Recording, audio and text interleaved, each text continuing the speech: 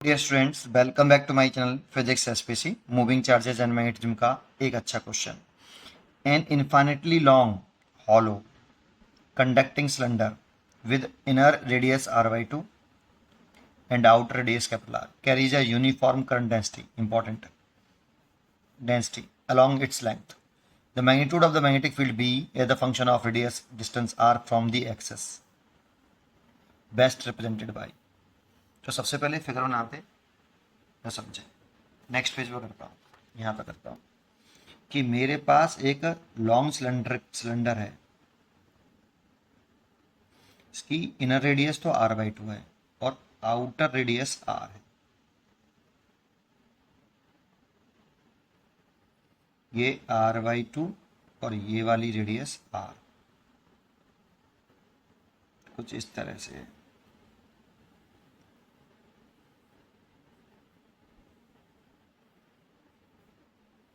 और ये और भी है, ऊपर भी है, लॉन्ग है बेटा, ठीक है, लॉन्ग है, कुछ इस तरह से है बेटा। नीचे से भी मैं कंप्लीट कर देता हूँ, कुछ इस तरीके से। ये वाला इसका सॉलिड पार्ट है, बीच में हॉलो है। ये वाला सॉलिड पार्ट हो गया, ये वाला सॉलिड पार्ट हो गया, ठीक है। डायग्राम समझ में आना चाहिए, आधा क्वेश्चन खत्म हो जाता है। अब इसका टॉप व्यू बना लेता हूं मैं। यहाँ टॉप व्यू ही इंपॉर्टेंट है कि इसकी ये वाली इनर रेडियस हो गई, ये वाली r/2, और ये हो गई आपकी इसकी आउटर रेडियस, ये हो गई आपकी r, और ये आपका हो गया इसका सॉलिड पार्ट, बीच में से हॉल हुआ है ये, ठीक है। अब इसमें करंट इस तरह से आ रही है, ऐसे करंट इसमें आ रही है, और करंट यूनिफॉर्मली डिस्ट्रीब्यूट है, ऐसा क्वेश्चन में दे रखा है। करंट इस तरह से आ रही है, इसमें बीच में तो हॉलो है, तो करंट इसमें इस तरह से फ्लो कर रही है भाई। क्योंकि यहाँ से देखेंगे तो करंट पेपर से, इस सरफेस से, इसके अपर वाले टॉप से देखेंगे तो बाहर निकलती हुई दिखाई देगी, तो बाहर निकलती हुई दिखाई दे रही है करंट, ये। और ये करंट यूनिफॉर्मली डिस्ट्रीब्यूट है बेटा।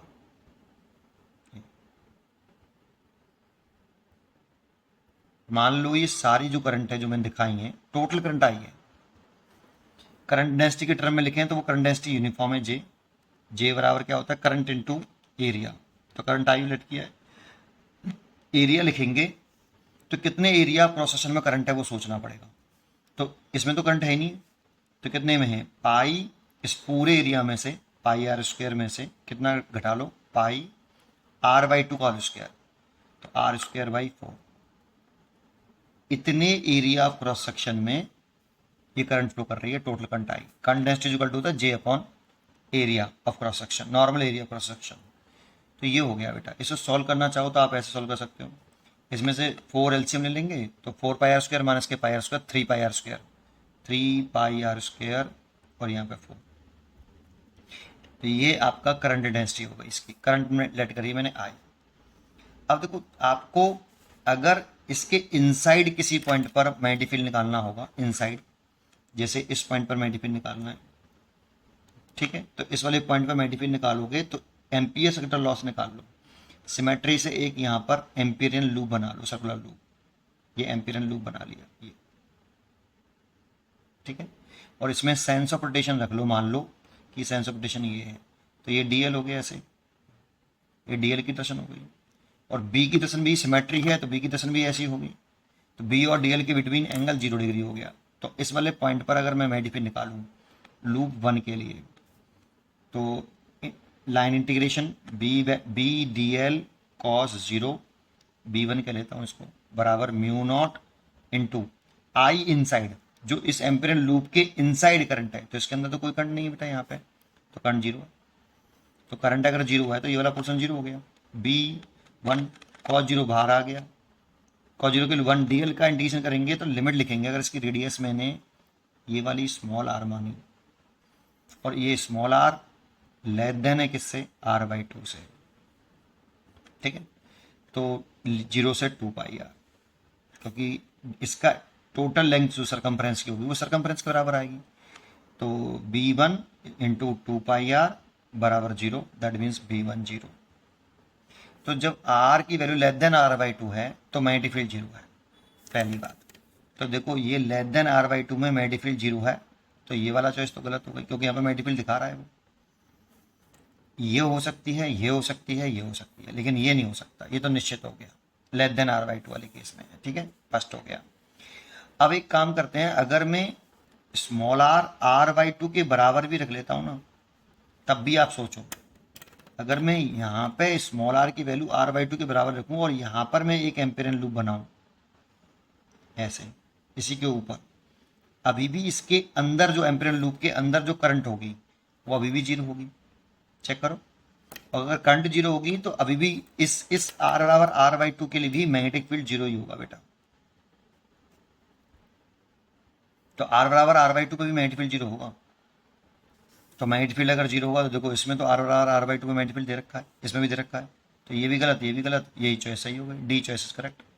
फिर भी पूरा कर लेते हैं, समझ में तो आया होगा, फिर भी पूरा कर लेते हैं, आसान क्वेश्चन है, वो देखते ही खत्म हो जाता है, ठीक है। चलो और करते हैं आगे।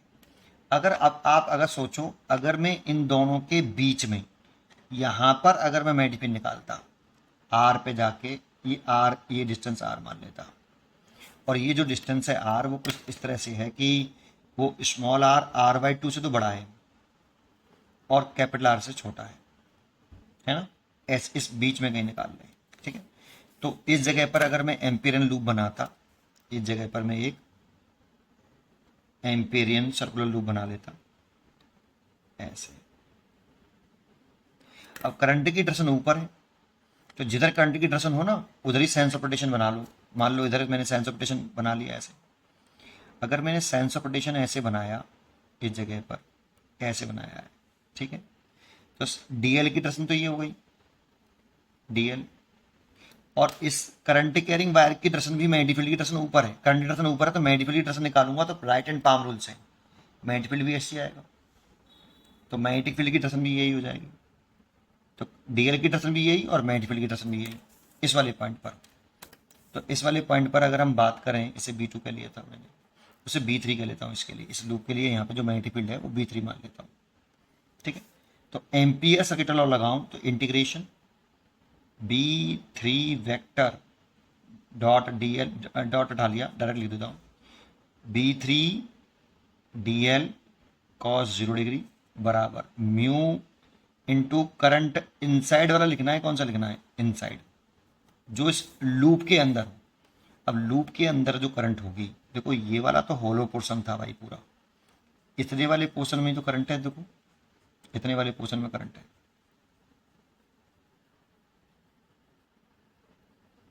इस वाले पोर्शन में करंट है केवल, दिख रहा होगा भाई, ये बीच में तो खाली है ना, तो लूप के अंदर वाला करंट देखना है, तो ये वाला तो जो मैंने ऐसे ऐसे किया है यही तो करंट अंदर होगा, तो कितना करंट अंदर होगा, तो लेट कर लो आई डैश, इनसाइड वाला करंट लिखना होता है, कैसे निकालें उसको, मैंने बहुत आसान है, करंट डेंसिटी तो यूनिफॉर्म है जे, तो जे बराबर आई डैश लिखो और इसका एरिया लिख लो, जितने में ये करंट डिस्ट्रीब्यूट है, जितने एरिया में करंट डिस्ट्रीब्यूट है, तो देखो इसकी यहां से यहां तक रेडियस हो गई πr²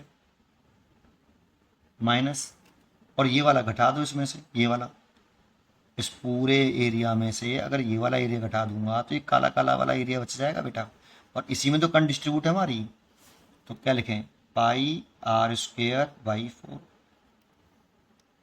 ये current density I I dash निकालूंगा तो जे πr² माइनस πr²/4, इतना करंट इनसाइड होगा भाई आई डैश, तो ये यहाँ लिख दो B3 इंटीग्रेशन DL, और लिमिट DL की जो लिमिट आएंगी, इसका जो सरकमफ्रेंस आएगा DL का, तो स्मॉल r माना है, स्मॉल r की रेंज ये है, तो 0 से 2πr, लेकिन इस सब में स्मॉल r की रेंज अलग अलग है, यहाँ पे स्मॉल r r/2 से कम है, यहाँ बराबर है ना, ऐसे बराबर म्यू नॉट और current density J pi small r² minus pi capital R²/4, अगर जे की वैल्यू पुट करना चाहो तो जे की वैल्यू ये रही, पर जरूरत नहीं है उसकी। यहाँ तक समझ में आया।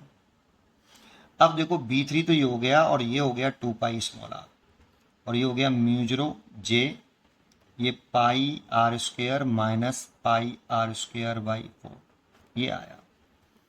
अब देखो इसमें भी अगर मैं आर की वैल्यू कितनी पुट करता बताओ, आर की वैल्यू, स्मॉल आर की वैल्यू r/2 पुट करता है, ये वाली, दैट मीन्स स्मॉल आर की वैल्यू r/2 पुट करता है यहाँ। तो r/2 पुट करता तो देखो ये 0 हो जाता पूरा, तो 0 आता, तो 0 तो आ रहा है बेटा। अगर आप इसमें स्मॉल आर किसके, स्मॉल आर कैपिटल आर के बराबर पुट कर दो, मतलब पूरा ले लो, तो अगर आप यहाँ पे स्मॉल आर, वैसे तो r/2 पर 0 है, सबसे बड़ी बात, सबसे बड़ा कंसेप्ट ये है कि r/2 पर 0 है, इसमें 0 नहीं है इसलिए ये पॉसिबल नहीं है, इसमें भी 0 नहीं है इसलिए पॉसिबल नहीं है ना। और जब आप आउटसाइड चले जाओगे, अगर इस वाले पॉइंट पे चले गए, तो आप इसमें ऐसे एम्पिरियन लूप बनाओगे ऐसे, और यहाँ पे डीएल दिखाओगे, सेंस ऑफ रोटेशन ऐसे, तो बी और डीएल के बीच में एंगल 0 डिग्री आएगा, और सारी करंट इसके अंदर होगी, सारी करंट इसके अंदर होगी, तो integration B D L cos 0 degree बराबर म्यू0। टोटल करंट कितनी मानी थी आपने, आई, तो ये करंट आई, तो बी बाहर आ जाएगा, और ये जो डीएल की वैल्यू आएगी वो 2 पाई आर बराबर म्यू0 आई, तो बी बराबर म्यू0 आई ओवर 2 पाई आर। तो बाहर की तरफ बी और आर में इनवर्स रिलेशन दिखाई देगा, और यहां देख रहे हो आप, तो ये रिलेशन मालूम नहीं पड़ रहा कैसा है, बट समझ में आया होगा, डी चॉइस इज करेक्ट। सोचो थोड़ा सा, ठीक है। तो इनवर्स रिलेशन है देखो, तो आर के बाद यहाँ पे ग्राफ रेक्टेंगुलर हाइपरबोला हो गया है। इसमें क्या गलती थी समझ में आया, इसमें भी तो रेक्टेंगुलर हाइपरबोला, इसमें भी, लेकिन यहाँ पे r/2 पर मैग्नेटिक फील्ड 0 है बेटा, इसमें 0 है दिखा रहा है, r/2 पर मैग्नेटिक फील्ड 0 है, फिर उसके बाद बढ़ रहा है, इसमें तो कांस्टेंट कर दिया है, इसमें बढ़ रहा है, लेकिन मैग्नेटिक फील्ड r बराबर r/2 पे 0 नहीं है, इसलिए गलत है। उम्मीद करता हूँ कि आपको ये जरूर समझ में आ गया होगा। पढ़ते रहिए और खुश रहिए। Thank you.